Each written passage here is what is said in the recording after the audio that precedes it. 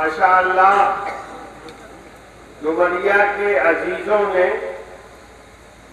جلسے کا بڑا اہتمام کیا اور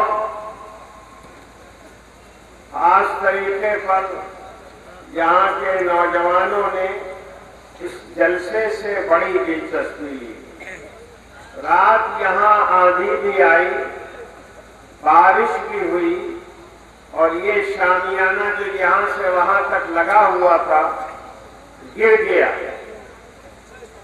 لیکن گاؤں کے باحوصلہ، باغیرت، باہمیت لوگوں نے ایک جٹ ہو کر ایک اعلان پر 500-600 آدمی جمع ہو گئے اور اللہ کے فضل سے چند گھنٹوں میں پورا شامیانہ اپنی جگہ پر ٹھیک ٹھاک لگ گیا۔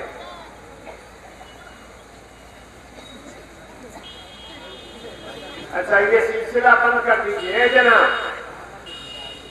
یہ سب غلط بات ہے۔ بیٹھیے اور کوئی ادھر سے آئے نہیں، جو ادھر کونے پہ بیٹھے ہوئے ہو جو آئے اسے گھٹا پکڑ لو، اور ادھر جو لوگ بیٹھے ہوئے ہیں کسی کو آنے لگی ادھر ہی آئیں گے۔ سب سے لیٹ لگی رات کو 1:45 بجے اور بیٹھے میں آ کر کے سب سے آگے یہ ہونے والا ہے۔ کبھی بیٹھیے اطمینان سے، جس کو جہاں جگہ مل جائے۔ تو بڑے حوصلے کے ساتھ یہاں کے لوگوں نے اصلاح معاشرہ اور تحفظ شریعت کے عنوان پر یہ جلسہ رکھا۔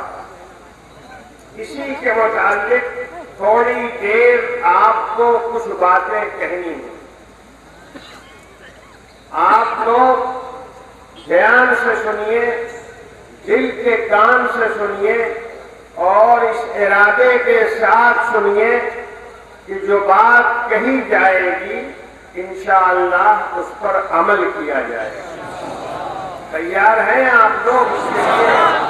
ارے ہاتھ اٹھانا تو بہت ہی آسان ہے، ایک نہیں دونوں ہاتھ اٹھوا سکتے ہیں، لیکن عمل کرنے کا ارادہ کیجیے۔ دیکھیے، اصلاح معاشرہ کا مطلب کیا ہے؟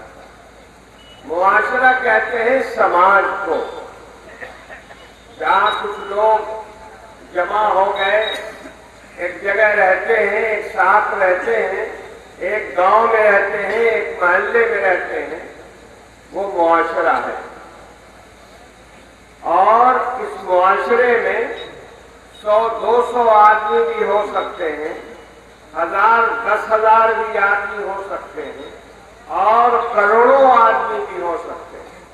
اسی لیے آپ نے سنا ہوگا ڈومریا کا سماج ایسا بڑھیا ہے، یعنی ڈومریا کا معاشرہ ایسا بڑھیا ہے۔ اور یہ بھی کہتے ہیں کہ ارریا کا مزاج بہت اچھا ہے، وہاں کا سماج بہت بڑھیا ہے۔ ارریا میں کوئی بزدل نہیں رہتا، بڑے ہمت والے لوگ رہتے ہیں۔ یہاں کا سماج بڑا دمدار، بڑا زندہ ہے، تو پورے ضلع کا سماج ہو گیا۔ اسی طرح سے پورے ملک کا بھی ایک سماج کہلاتا ہے، اس کی کوئی حد بندی نہیں ہے۔ بولنے میں جس چیز کا خیال رکھا جائے وہی اسی دائرے میں سماج رہا کرتا ہے۔ تو اصلاح معاشرہ یعنی سماج کو ٹھیک کرنے کی بات، اور ٹھیک کیسے کیا جائے گا؟ سماج ٹھیک کیا جائے گا تو پہلا سوال یہ آئے گا کہ سماج کس نمونے کے مطابق ٹھیک کیا جائے گا۔ جیسے درزی ہوتا ہے نا، درزی شیروانی سینی ہے، کرتا سینا ہے، تو درزی نمونہ مانگتا۔ اگر بڑھیا سلوانا ہے تو کسی بڑھئے کپڑے کا نمونہ دے دیجئے، اس نمونے کو دیکھ کے اتار دے گا درزی۔ اسی طرح سماج معاشرہ، کون سا معاشرہ، کون سا سماج نمونہ ہے ہمارے لیے، جس کو دیکھ کر کے ہم آج کے سماج کو ٹھیک کر سکتے ہیں؟ ہمارے لیے اور آپ کے لیے جو سماج نمونے کا ہے، جس کی نقل ہمیں اتارنی ہے، وہ سماج وہ ہے جس کو ہمارے آپ کے آقا جناب رسول اللہ صلی اللہ علیہ وسلم نے مدینہ طیبہ میں تیار کیا تھا۔ وہ سماج نمونے کا سماج، سب سے بڑھیا سماج۔ تو جب اصلاح معاشرہ کی بات ہوگی تو مطلب یہ ہے کہ اپنے سماج کو ٹھیک ٹھاک کر کے جس طرح کا سماج ہمارے آقا نے مدینہ طیبہ میں بنایا تھا، ہم اس سے قریب ان خوبیوں کے ساتھ سماج کو تیار کرتے بنا دیں۔ یہی ہے سماج سدھار۔ اور اصلاح معاشرہ اسی کا نام ہے۔ اپنے ذہن میں اس بات کو بٹھائیے کہ جو سماج ہمارے آقا صلی اللہ علیہ وسلم نے بنایا تھا، کیا خاص بات تھی اس کے اندر؟ چند نمونے میں بتا رہا ہوں آپ کو، تاکہ بات پورے طور پر اصلاح معاشرہ کا معاملہ آپ کی سمجھ میں آئے۔ اور یہ بھی میں صاف کہتا ہوں کہ میری زبان بہت آسان ہے، کوئی گاڑھی زبان میں استعمال نہیں کرتا، اس لیے جتنے لوگ یہاں بیٹھے ہوئے ہیں میری بات دھیان سے سنیں، سب کو سمجھ میں آئے گی انشاءاللہ۔ مثلا جس سماج کو ہمارے آقا صلی اللہ علیہ وسلم نے بنایا، اس میں ایک خصوصیت یہ تھی کہ مدینہ طیبہ میں فجر کی نماز میں جتنے لوگ مسجد نبوی میں رہے وہی مردوں کی آبادی۔ ایک آدمی بھی ایسا نہیں ہوتا جو گھر میں نماز پڑھ لے۔ اگر کوئی آدمی نہیں ہے تو لوگ یہ سمجھتے تھے کہ وہ سفر میں کہیں چلا گیا، یا اس کا انتقال ہو گیا، یا وہ بہت زیادہ بیمار ہے۔ ورنہ مدینے کی آبادی کتنی ہے جتنی فجر کی نماز میں لوگوں کی حاضری لگتی ہے۔ اس مزاج کا سماج، نماز پڑھنے والوں کا سماج، مسجد میں حاضری دینے والوں کا سماج ہمارے آقا صلی اللہ علیہ وسلم نے بنایا۔ اب ہمیں اصلاح معاشرہ کرنا ہے، سماج کو ٹھیک ٹھاک کرنا ہے، تو پہلی چیز، بنیادی چیز یہ ہے کہ ہم نماز کے معاملے سے بات شروع کریں۔ کیوں؟ اس لیے کہ نماز بہت بنیادی ضروری فرض ہے۔ قرآن مجید میں بہت سی آیتیں نماز کے بارے میں صاف ستھرے انداز پر بتاتی ہیں۔ اللہ کے رسول صلی اللہ علیہ وسلم نے صحابہ کرام کو نماز کے بارے میں بڑی تاکید کی، بہت تاکید کی، اور لوگوں کا مزاج ایسا بنا، آپ صلی اللہ علیہ وسلم کی باتوں کو سن کر کہ جتنے لوگ مدینے میں آباد، وہ سارے حضرات فجر کی نماز کے اندر موجود ہیں۔ یہ ہے سماج نمونے کا۔ اب ہمارے یہاں کیا حال ہے آپ خود سوچ لیجیے۔ فجر کی نماز میں کسی مسجد کے اندر آدھا صف نماز، کسی مسجد میں ایک صف نماز، کسی مسجد میں 1.5 صف نماز۔ آبادی 1000 کی، اور مسجد میں حاضر ہونے والے 25، فجر کی نماز میں حاضر ہونے والے 50، 75، بہت ہو گیا تو 100۔ تو اس کا مطلب یہ ہے کہ اس گاؤں میں اصلاح معاشرہ کی بہت ضرورت ہے۔ اور اگر آپ نے جلسہ کر لیا اور اس بات کا خیال نہیں رکھا کہ ہم کس سماج کو اپنا نمونہ مانیں، تو کبھی کام آگے نہیں بڑھے گا۔ یہ ایک نمازی کی بات نہیں ہے، یہ معاملہ ایسا ہے جو زندگی کے بہت سارے معاملات سے متعلق ہے۔ میں نے ایک مثال دی نماز کی، اسی طرح بہت ساری مثالیں پیش کی جا سکتی ہیں، اور زندگی کا ہر معاملہ اس دائرے میں آیا کرتا ہے، سماج سدھار کے دائرے میں آیا کرتا ہے۔ نماز سے آگے بڑھیے تو معاملہ زکوٰۃ کا ہے۔ زکوٰۃ سال بھر میں جتنے روپے جمع ہوئے اس کا حساب کیجیے، اور زکوٰۃ نصاب تک پہنچ جائے تو ہر 40 روپے پر 1 روپیہ نکالنا فرض۔ اتنے اہتمام کے ساتھ اللہ کے رسول صلی اللہ علیہ وسلم کے زمانے میں اور آپ کے مبارک زمانے کے بعد حضرت ابو بکر صدیق کے زمانے میں، حضرت عمر فاروق کے زمانے میں، حضرت عثمان غنی کے زمانے میں، حضرت علی کرم اللہ وجہہ کے زمانے میں زکوٰۃ نکالی جاتی تھی، غریبوں میں تقسیم کی جاتی تھی۔ تو ایسا بھی ہوتا تھا، اتنے ایماندار دینے والے تھے اور اتنے ایماندار لینے والے تھے کہ زکوٰۃ روپیہ لے کر کے موٹری باندھ کر کے لوگ روپے کو سکے کو لے کر کے چلتے تھے۔ ہے کوئی اہل، ہے کوئی زکوٰۃ کا مستحق؟ بعض دفعے مدینے میں کوئی مستحق نہیں ملتا تھا، جس سے پوچھا جا رہا ہے، نہیں بھائی ہم غریب نہیں ہیں، الحمدللہ اللہ نے دیا ہے مجھے نصاب تک میرے پاس مال موجود۔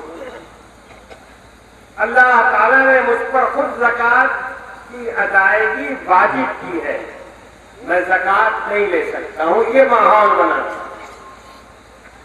آج کیا ماحول ہے؟ مسجد کے دروازے پر اگر آپ روپیہ بانٹنا شروع کر دیں، 100-200 روپے بانٹنا شروع کریں، تو نہ جانے کتنے لوگوں کی لائن لگ جائے گی، کوئی پوچھے گا بھی نہیں کہ پیسہ جو بٹ رہا ہے وہ کس مت کا بٹ رہا ہے۔ لائن لگا کے لوگ پیسہ لینے کے لیے کھڑے ہو جائیں گے۔ یہ بات صحیح نہیں ہے، یہ بڑی بہت غلط بات ہے۔ پیسہ لینے سے پہلے پوچھ لینا چاہیے کہ کس مت کا پیسہ۔ اگر زکوٰۃ کا پیسہ ہے تو زکوٰۃ ہر آدمی نہیں لے سکتا، زکوٰۃ مستحق ہی لے گا، زکوٰۃ مستحق ہی لے گا۔ اور اللہ کے رسول کے زمانے میں اور اس کے بعد کے زمانے میں یہ حالت ہو گئی کہ لوگ سینکڑوں میل زکوٰۃ کے مستحق کو ڈھونڈتے ہوئے چلے جاتے تھے، زکوٰۃ کا کوئی لینے والا نہیں۔ کیوں؟ اس لیے کہ نکالنے والے بھی ایماندار اور لینے والے بھی ایماندار۔ ہمارے یہاں ایمانداری کہاں رہ گئی ہے کچھ پتہ ہی نہیں چلتا، پتہ ہی نہیں چلتا۔ مجھے یاد آیا ابھی آپ کے اسی ارریہ میں کسی شخص نے ایک مسجد بنائی 3 گنبد والی۔ میں گاؤں کا نام نہیں دوں گا، مجھے یاد ہے، میں اس گاؤں جا چکا ہوں۔ 3 گنبد کی مسجد بنائی، یعنی بڑی مسجد تھی، اور انہوں نے زمانی مسجد کے لیے 24 کٹھا زمین وقف کر دیا، اس میں کنواں بنوا دیا، اس میں پتھر بھی رکھوا دیا وضو کرنے والوں کے لیے۔ یہ 24 کٹھا زمین مسجد کے لیے، مسجد کے ساتھ، اور بقیہ جتنی زمین جائیداد تھی وہ مل گئی جس کو ملنا تھی۔ انہوں نے لکھا نہیں تھا، گزر گئے، وہ اللہ کو پیارے ہو گئے، ان کے بیٹا بھی گزر گیا، اب زمانہ آیا پوتے کا، ناتی کا۔ کوئی کاغذ پتھر تو بنا ہوا نہیں تھا،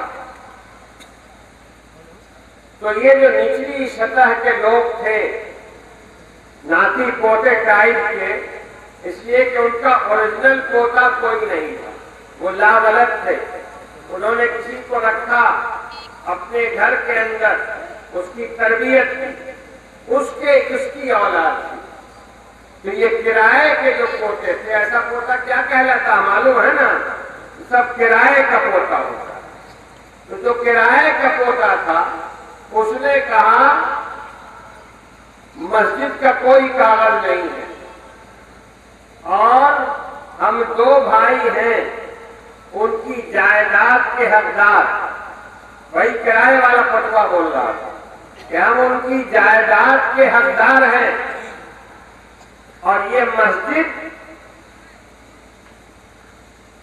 اس کا کوئی کاغذ نہیں ہے، اس کے بھی حقدار ہم ہی ہیں، اور ہم دونوں بھائی اس کو بانٹیں گے۔ اب لیجیے صاحب، بنی بنائی مسجد جہاں نماز پڑھی جا رہی ہے، اس کا بھی بٹوارا ہوگا، ایک بھائی اس حصے کا مالک، ایک بھائی اتر کا، ایک بھائی دکن کے حصے کا مالک۔ یہ مزاج ہمارا اور آپ کا ہے۔ ہم اور آپ مسجد کو چھوڑنے کے لیے بھی تیار نہیں۔ ہماری بے ایمانی اتنی بڑھ گئی کہ مسجد بنی ہوئی ہے، اس پر بھی قبضہ کرنا چاہتے ہیں، مدرسہ بنا ہوا ہے، اس پر بھی قبضہ کرنا چاہتے ہیں، قبرستان ہے، موقع ملے کہ اس کی زمین کے اوپر بھی اپنی جھوپڑی بنا دیں۔ یہ ہماری بے ایمانیوں کا حال ہے، اور جیسے جیسے سماج میں بے ایمانی بڑھتی ہے، ویسے ہی ویسے برکت ختم ہوتی ہے۔ یہ جو آپ دیکھتے ہیں آج کل برکتوں کی کمی، اس کی ایک بڑی وجہ ایمانداری کی کمی بھی ہے۔ جس زمانے کی بات میں بتا رہا ہوں، اس زمانے میں ایمانداری تھی، اور پوری ایمانداری تھی۔ ہر شخص اپنے حق کو بھی جانتا تھا اور دوسرے کے حق کو بھی جانتا تھا، پوری ایمانداری تھی۔ نتیجہ یہ ہے کہ بعض موقع پر زکوٰۃ لینے والے پورے شہر کے اندر نہیں ملا کرتے، پوری آبادی کے اندر کوئی زکوٰۃ لینے والا نہیں۔ آج صورتحال یہ ہے کہ ہم لوگوں نے ایمانداری کے مزاج کو ختم کر دیا۔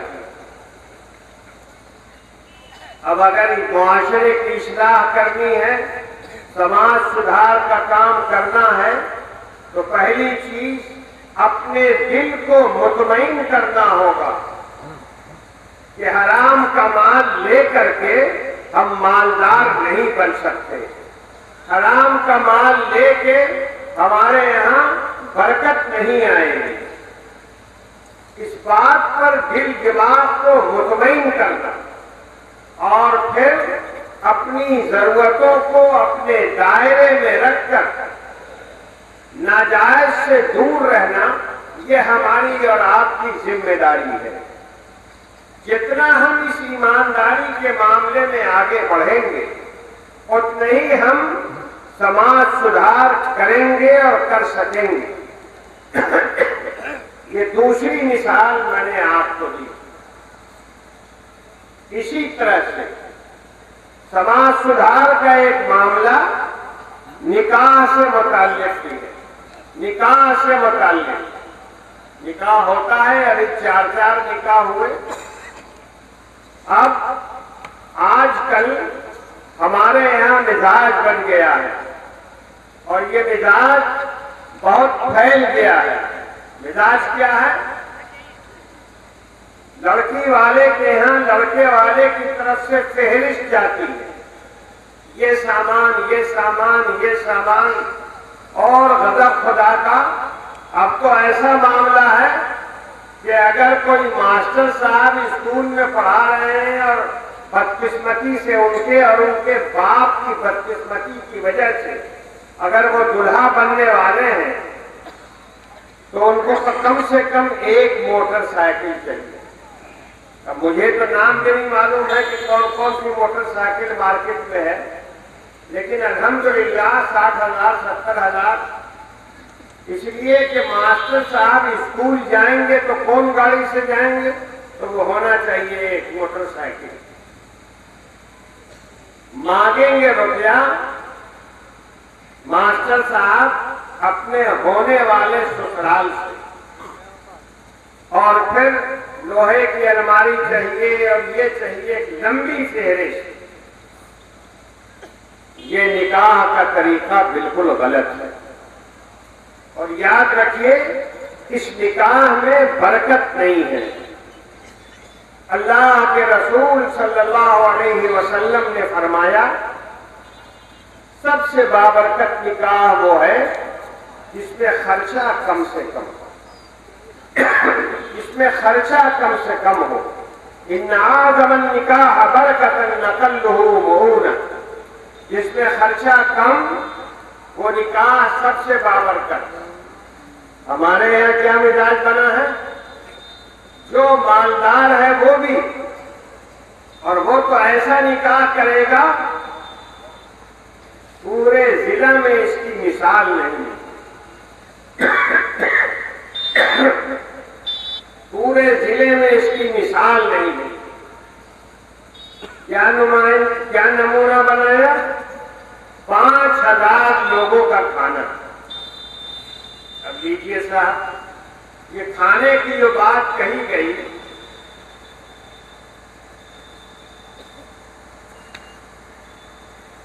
$5,000 $10,000. مجھ کو یاد ہے ایک صاحب نے مجھے بتایا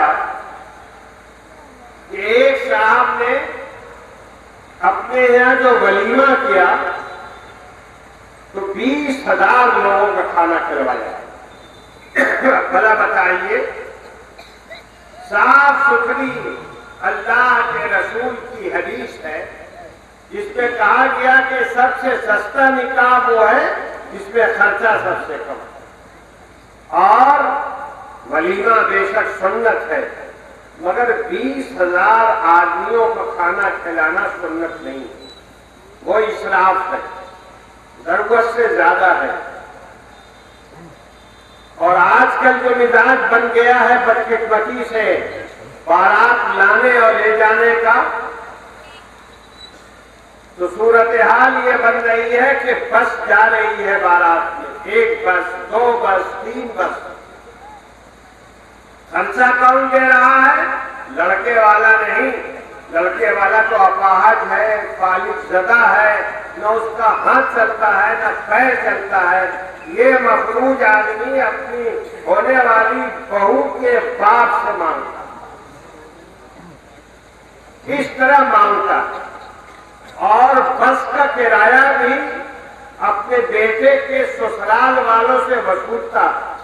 جو بالکل سیدھی سچائی ہے وہ میں بیان کر رہا ہوں. اور ایسی بات نہیں ہے کہ آپ لوگ نہیں جانتے، آپ لوگ جانتے ہیں یہ چیزوں.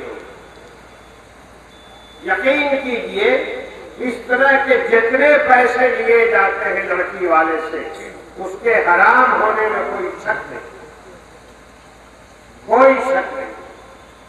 اور میرا تو ایک اور تجربہ ہے، وہ میں آپ کے سامنے بتا دیا کرتا ہوں تاکہ آپ لوگ اپنی اصلاح کریں نکاح بیاہ کے معاملات کے. لوگ میرے پاس آتے ہیں اور آپ سب جانتے ہیں کہ ایک بہت بڑی تعداد ہمارے پاس دعا کے لیے آتی ہے، تعویذ لینے کے لیے آیا کرتی ہے۔ آ گئے دلہے صاحب بیوی صاحبہ کے ساتھ، حضرت صاحب کیا ہوا بھائی؟ بچہ پیدا ہوتا ہے مر جاتا ہے، تو میں کیا کروں؟ تعویذ دے دی۔ اللہ کے بندے، تم نے تو نکاح کے موقع پر سارے تعویذ کا اثر ہی ختم کر دیا، ایسا تعویذ بندھا کہ اس کے علاوہ سارے تعویذ ختم، کینسل، یہ ہو رہا ہے۔ اب جب میں اندر کی بات پوچھتا ہوں کہ معاملہ کیا ہے، تو معلوم یہ ہوتا ہے کہ صاحبزادے نے خوب مال ٹانا تھا، خوب مال ٹانا تھا۔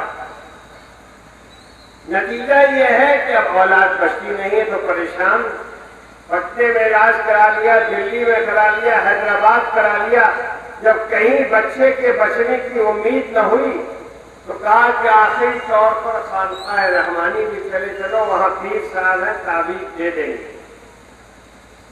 تو پیر صاحب کے تعویذ کا اثر تو پہلے ہی کھو چکا ہے دلہا، اب بھلا بتائیے میں کس کمپنی کا تعویذ دے دوں؟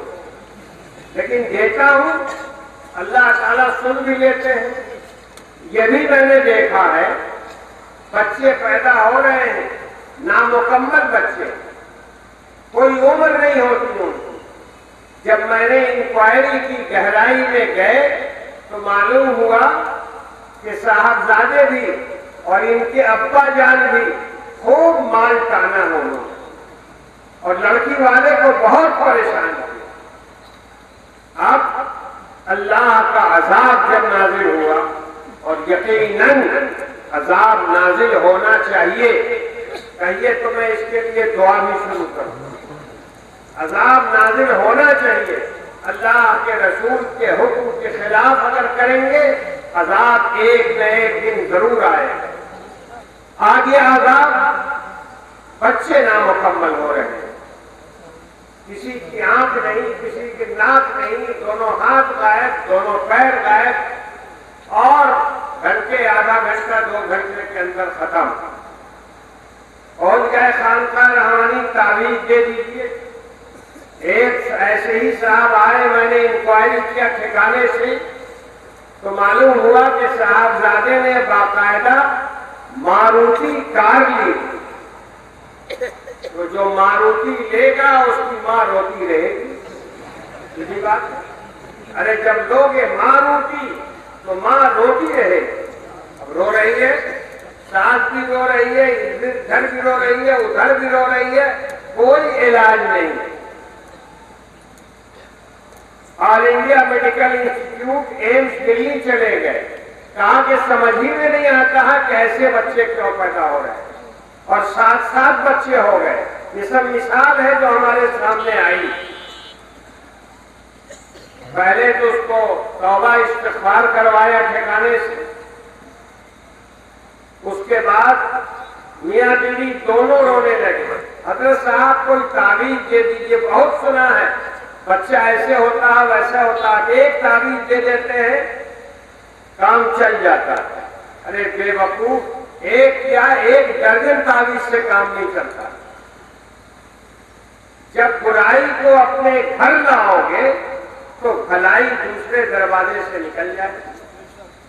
جب سنت رسول اللہ صلی اللہ علیہ وسلم کی توہین کرو گے، یہ توہین ہی تو ہے، یہ توہین ہی تو ہے۔ اللہ کے رسول نے فرمایا نکاح سستا کرو، اور ہمارا آپ کا حال یہ ہے کہ سمجھی صاحب کو اور سمجھن کو رولا رولا کے چھوڑ دیتے، تب جا کے نکاح مکمل ہوتا ہے۔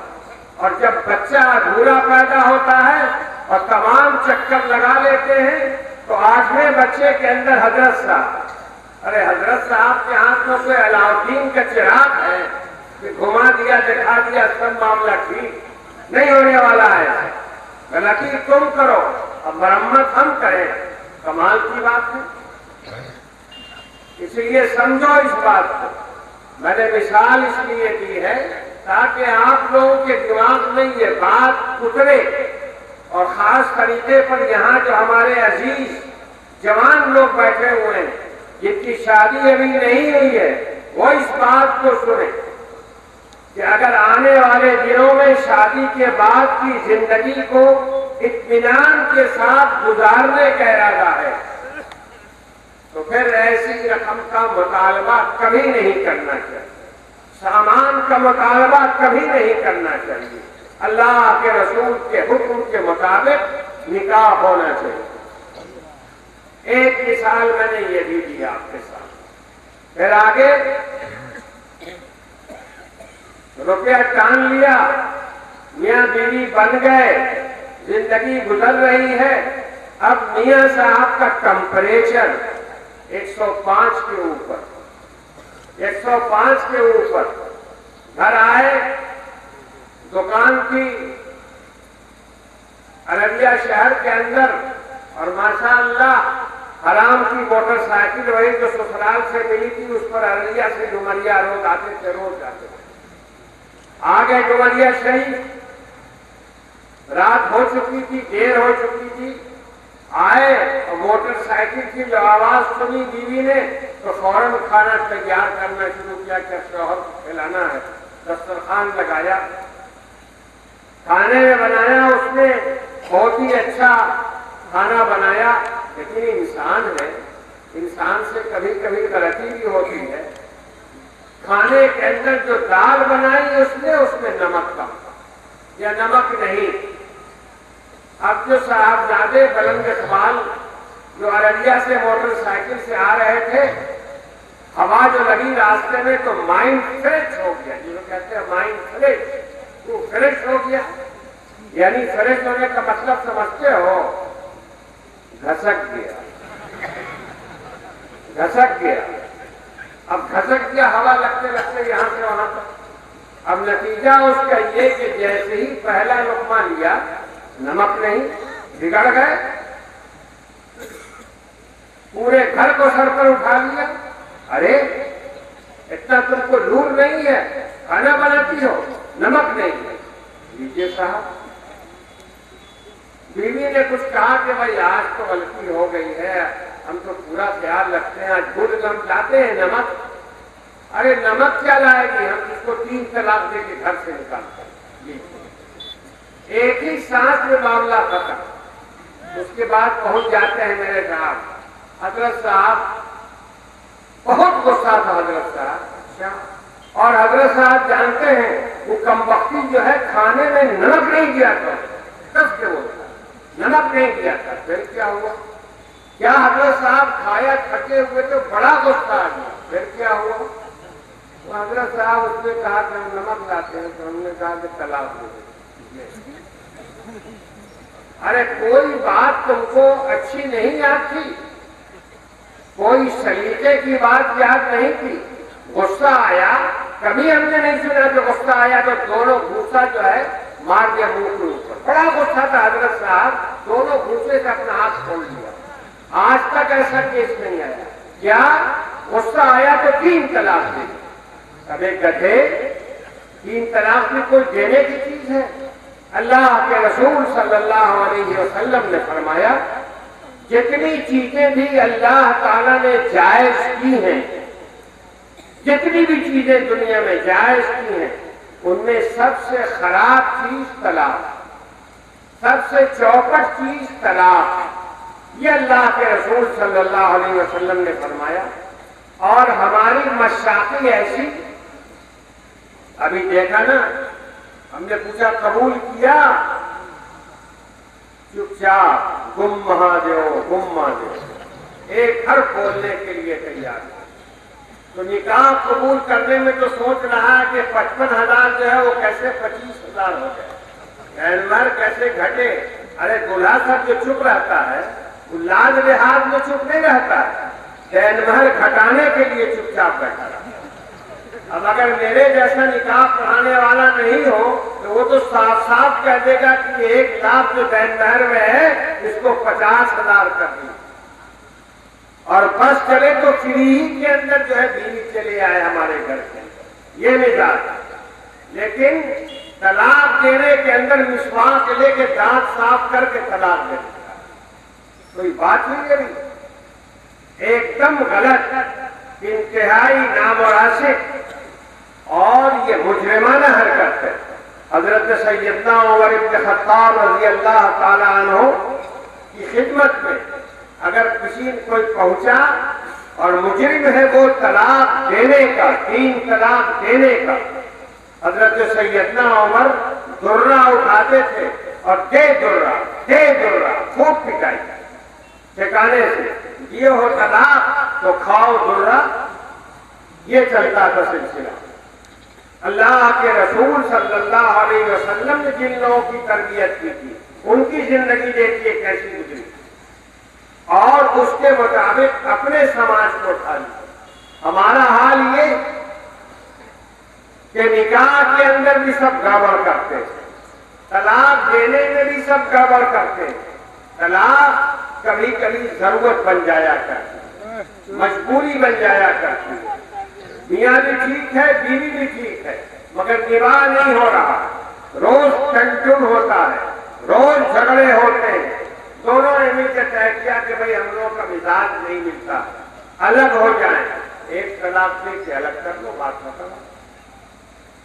لیکن یہ اکٹھے 3 ایک دم غلط بات، مگر دے رہے ہیں اور پڑھنے سے دے رہے ہیں۔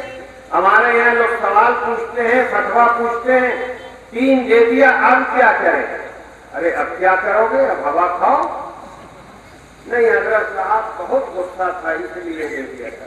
ارے غصے میں اپنا سر دیوار سے نہیں ٹکرا دیا تھا، غصہ دماغ میں نہ تھا تو دماغ تو جہاں ہے اس جگہ ہے تو دیوار میں سر ٹکرا دو، اپنا معاملہ ٹھیک ہو جائے گا۔ بیوی کو غصے میں طلاق دینا کہاں سے یاد رہے گا؟ تو یہ ساری چیزیں جو فرق و فاصلے کی ہیں،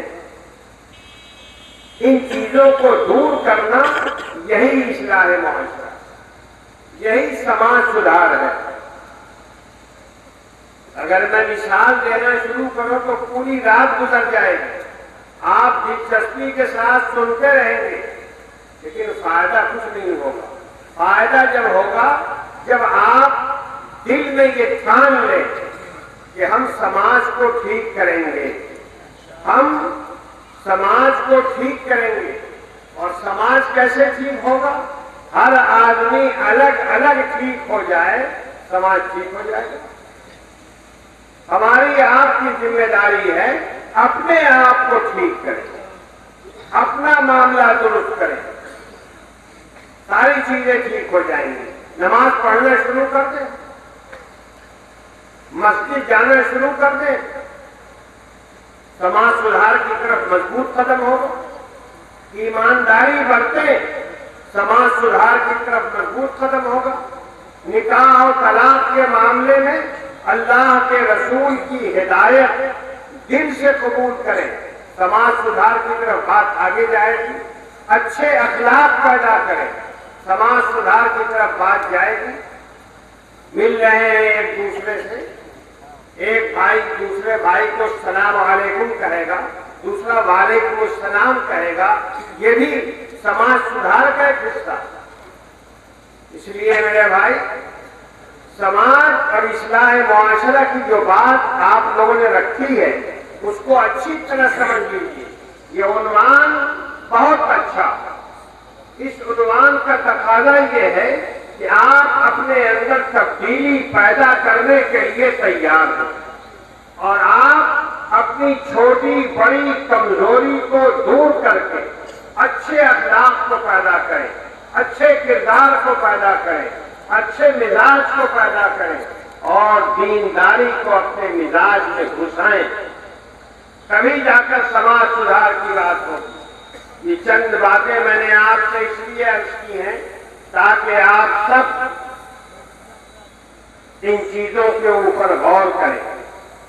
سماج سدھار نعرہ لگانے سے نہیں ہوگا، سماج سدھار صرف جلسہ کرنے سے نہیں ہوگا، سماج سدھار جب ہوگا جب ہم اور آپ اپنے آپ کو بدلنے کے لیے تیار ہوں۔ اب بتائیے کم سے کم جو 4 مثال ہم نے دی ہے اس میں آپ تبدیلی کرنے کو تیار ہیں؟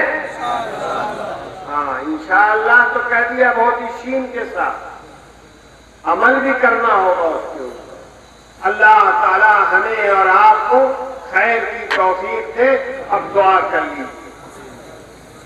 بسم اللہ الرحمن الرحیم۔ ربنا آتنا في الدنيا حسنة وفي الآخرة حسنة وقنا عذاب النار۔ رب اغفر وارحم واعف وتكرم وتجاوز عما تعلم فإنك تعلم ما لا نعلم إنك أنت الله العزيز الأكبر۔ ربنا أرنا الحق حقا وارزقنا اتباعه وأرنا الباطل باطلا وارزقنا اجتنابه۔ ربنا أرنا الحق حقا وارزقنا اتباعه وأرنا الباطل باطلا وارزقنا اجتنابه۔ ربنا أرنا الأشياء كما هي، ربنا أرنا الأشياء كما هي، ربنا أرنا الأشياء كما هي۔ رب اغفر وارحم واعف وتكرم وتجاوز عما تعلم فإنك تعلم ولا نعلم إنك أنت الله العزيز الأكبر۔ وصلى الله تعالى على خير خلقه محمد وآله وصحبه أجمعين برحمتك يا أرحم الراحمين۔ دوسرے دروازے سے نکل جائے۔ جب سنت رسول اللہ صلی اللہ علیہ وسلم کی توہین کرو، یہ توہین ہی تو ہے، یہ توہین ہی تو ہے۔ اللہ کے رسول نے فرمایا نکاح سستا کرو، اور ہمارا آپ کا حال یہ ہے کہ سمجھی صاحب کو اور سمجھن کو رولا رولا کے چھوڑ دیتے، تب جا کے نکاح مکمل ہوتا ہے۔ اور جب بچہ ادھورا پیدا ہوتا ہے اور تمام چکر لگا لیتے ہیں تو 8ویں بچے کے اندر حضرت صاحب، ارے حضرت صاحب کے ہاتھ میں کوئی علاؤدین کا چراغ ہے کہ گھما دیا دکھا دیا سب معاملہ ٹھیک نہیں ہونے والا ہے، غلطی تم کرو اب مرمت ہم کریں، کمال کی بات ہے۔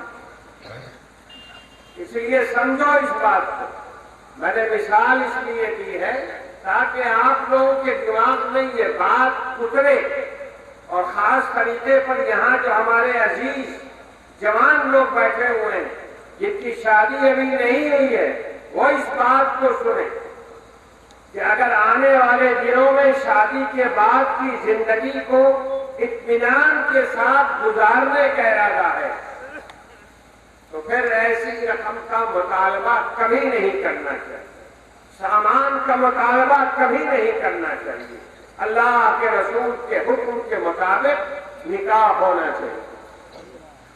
ایک مثال میں نے یہ بھی دی آپ کے ساتھ، پھر آگے روپیہ ٹان لیا، میاں بیوی بن گئے، زندگی گزر رہی ہے، اب میاں صاحب کا ٹمپریچر 105 کے اوپر، 105 کے اوپر، گھر آئے، دکان تھی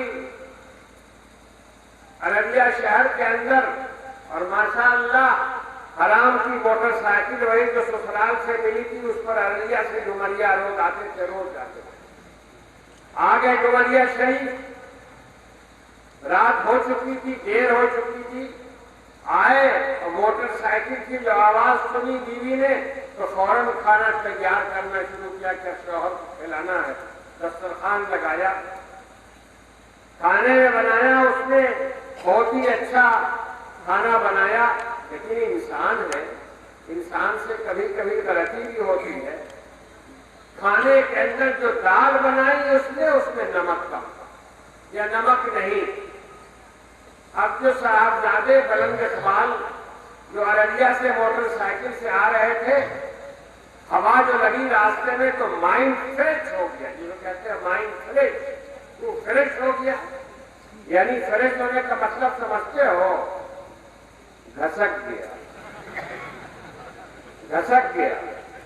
اب گھسک گیا ہوا لگتے لگتے یہاں سے وہاں تک، اب نتیجہ اس کا یہ کہ جیسے ہی پہلا لقمہ لیا نمک نہیں، بگڑ گئے، پورے گھر کو سر پر اٹھا لیا، ارے اتنا تم کو لور نہیں ہے،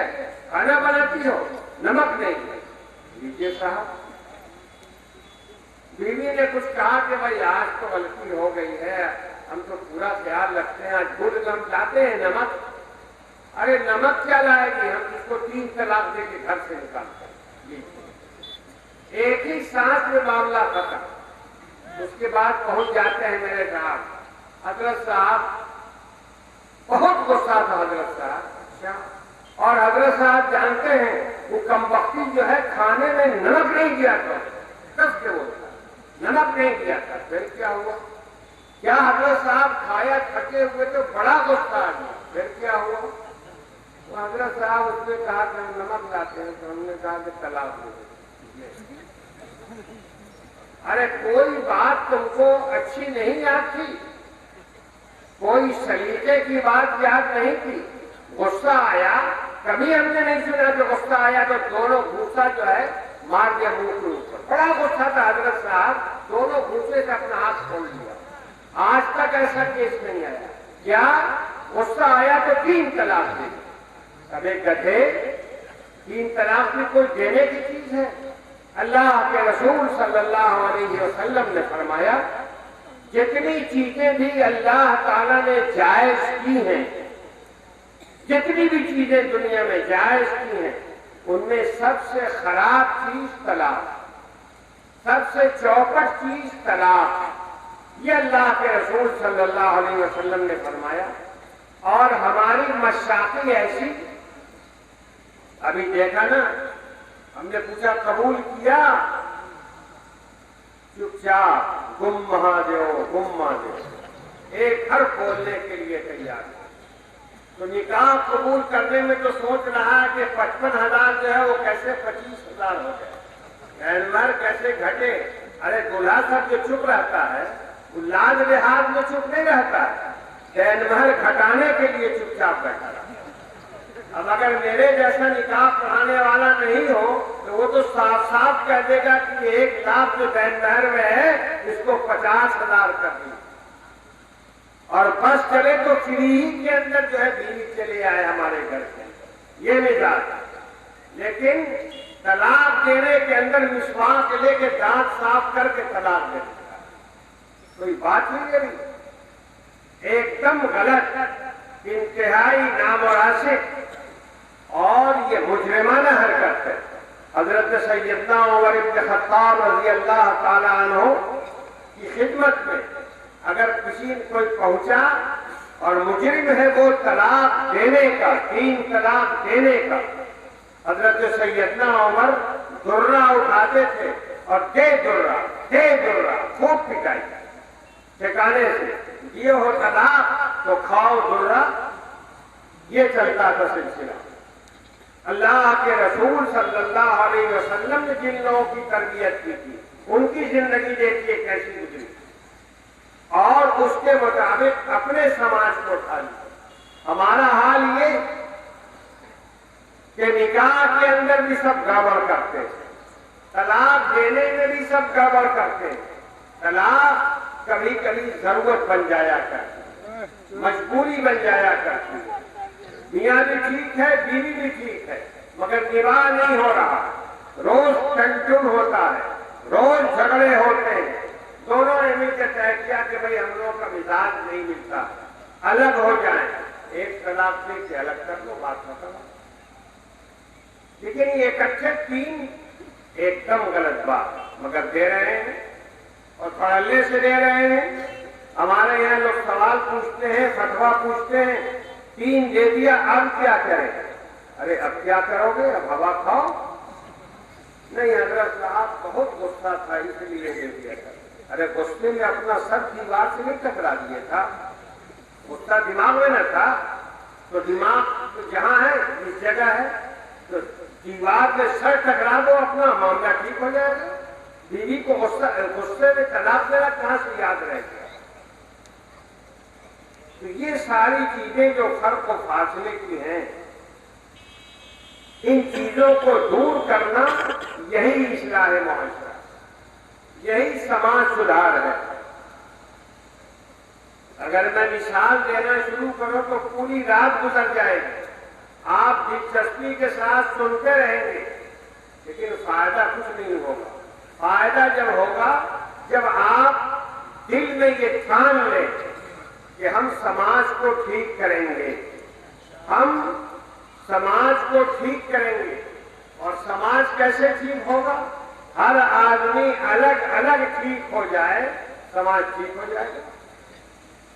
ہماری آپ کی ذمہ داری ہے اپنے آپ کو ٹھیک کریں، اپنا معاملہ درست کریں، ساری چیزیں ٹھیک ہو جائیں گی۔ نماز پڑھنا شروع کر دیں،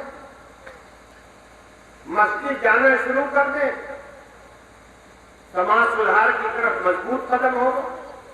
ایمانداری برتے، سماج سدھار کی طرف مضبوط قدم ہوگا۔ نکاح اور طلاق کے معاملے میں اللہ کے رسول کی ہدایت دل سے قبول کریں، سماج سدھار کی طرف بات آگے جائے گی۔ اچھے اخلاق پیدا کریں، سماج سدھار کی طرف بات جائے گی۔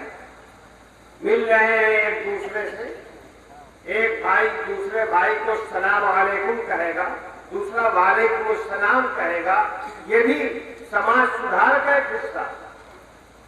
اس لیے میرے بھائی، سماج اور اصلاح معاشرہ کی جو بات آپ لوگوں نے رکھی ہے اس کو اچھی طرح سمجھ لیجیے۔